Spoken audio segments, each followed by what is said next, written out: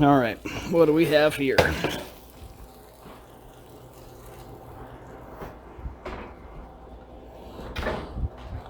Some very well browned, boneless, skinless chicken thighs. You can see there's some green flecks. That is cilantro. These have been marinated in yogurt and olive oil and lemon juice and spices. And they are for chicken shawarma, more specifically for chicken shawarma sausages. We are going to cool this overnight and then tomorrow grind it up and mix it with some other ingredients to make chicken shawarma sausages, which hopefully will be delicious. This is our first time trying to make sausages in about 10, 12 years, so we'll see how it goes. But again, yeah, the first step was to broil these babies, and you can see they're well browned, and that's where a lot of the sort of dark charred flavor you would get from a real shawarma is going to come in. So we'll let these cool, we'll cut them up, and we'll revisit this tomorrow. It is the next day. Here is our charred shawarma chicken, and here is a bag of the remaining chicken. This is about 34 ounces of raw chicken with 8 ounces of pork belly, and you can see that it's cubed, about half-inch cubes. And then I've got some seasonings in there, some curry powder, some cilantro, parsley, garlic powder, garlic, onion, salt, and I'll include the recipe below. This needs to marinate. It'd be good to let it marinate for an hour, but I don't have much time, or sorry, overnight, but I don't have that much time. So we are going to go for 1 hour. And meanwhile, we are going to grind coarsely the cooked chicken. Our chicken is loaded up in the cold grinder. This has been in the freezer all night. We've got the coarsest die on here, and the blade is installed underneath. So we're going to turn this on medium, setting number 4, and hopefully grind some meat. And there you go. You can see it's coming out pretty nicely. So I'll continue with this, and then we'll check in once this is done. Okay, we have a nice coarse grind here. Look at this, nice and easily sort of movable. Doesn't stick to itself. That's because it's nice and cold. There's a little bit left in the die here, but that's okay. We're going to need this grinder again, so I'm going to take it off, and I'm going to wrap it in a towel, and I'm going to put it back in the freezer, and I'm going to put this in the refrigerator for now until we're ready to do our next grinding stage. Okay, we've got our marinated meat loaded into the grinder, coarse die still on, and we're grinding it up. You can see it's grinding pretty well. Needs a little force to get into the tube, but that's good. It's better than it's smearing. So we'll continue to grind all this, and then we will switch to a smaller die, a finer die, and regrind this material one more time.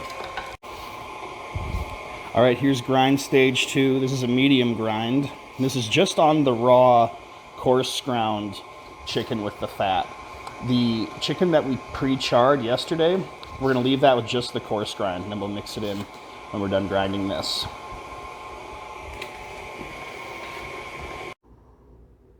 Okay, it is time to mix our sausage. So in here we've got our raw that we just ground. We're going to add the cooked coarse ground sausage, sprinkle on some non-fat dry milk. It's a little messy. And sprinkle on some ice cold water. Perfect. And then just knead this sort of like bread dough to mix it up. And this will probably take about a minute total until it comes into like a sticky goo, like a sticky cohesive mass. Okay, the meat mixture is now done. It is like a very sticky goo. And now this is ready. You could just make this into patties or something and eat it. But we are going to put this in casings, so that will be the next step. Now we have some hog casings here packed in salt.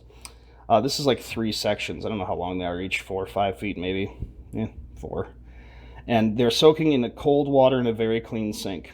and we're going to let these soak for 15 minutes and then rinse them on the inside as best we can, and then we can use them to stuff our sausages. It's finally time to stuff our sausage. I've got the stuffing attachment on the mixer. I would rather be using our sausage stuffer cannon, but I don't have the right size nozzle for it. So we're gonna have to just use the stuffer on the KitchenAid attachment here. So I've got that installed. I've got casing on the nozzle, the big nozzle, and I've got about 5 or 6 inches extra hanging off, and that is not tied. It's very important because we can let air out then. And then I've got the meat mixture here, so I'm going to feed the meat mixture into the top, and my wife is going to guide the sausages down onto our landing zone, and hopefully we'll get a nice long link. Okay, here are our finished sausages. And you might say to yourself, or to me, Bob, why are they all different shapes and sizes, and why is there so much air in some of them? Well, if you'd like to throw that sort of pie at my face in the comments, go ahead, I deserve it. The KitchenAid grinder did a very bad job, as predicted, of stuffing the casings. It was really inconsistent and just hard to use. Hence, some of these sausages are really thick and some are really thin. We also had the casing burst when we were done stuffing them, which caused us to have to squeeze and tie that area off to save the rest of the links. And that's why they're all different lengths. So yeah, not great as far as the beauty of the finished product, but hopefully they will taste okay. So I'm gonna leave these in the fridge for a bit, and then hang them for a while, and then later this week we'll try them out and see if they're decent. It has been a couple days since making our shawarma sausages, and now it's time to try them. This has been cooked sous vide to a temperature of 170 to make sure it's cooked all the way through, and then I air fried it to brown it. So my wife and I are going to give it a shot, and I'll let you know what we think. The verdict is in, and we agree that these are totally delicious. So kind of a clumsy process to make them, but it turned out really well, and I'll definitely make this recipe again. I'll tweak it, but this is a great start. So that's it for that's it for our first video for sausage making.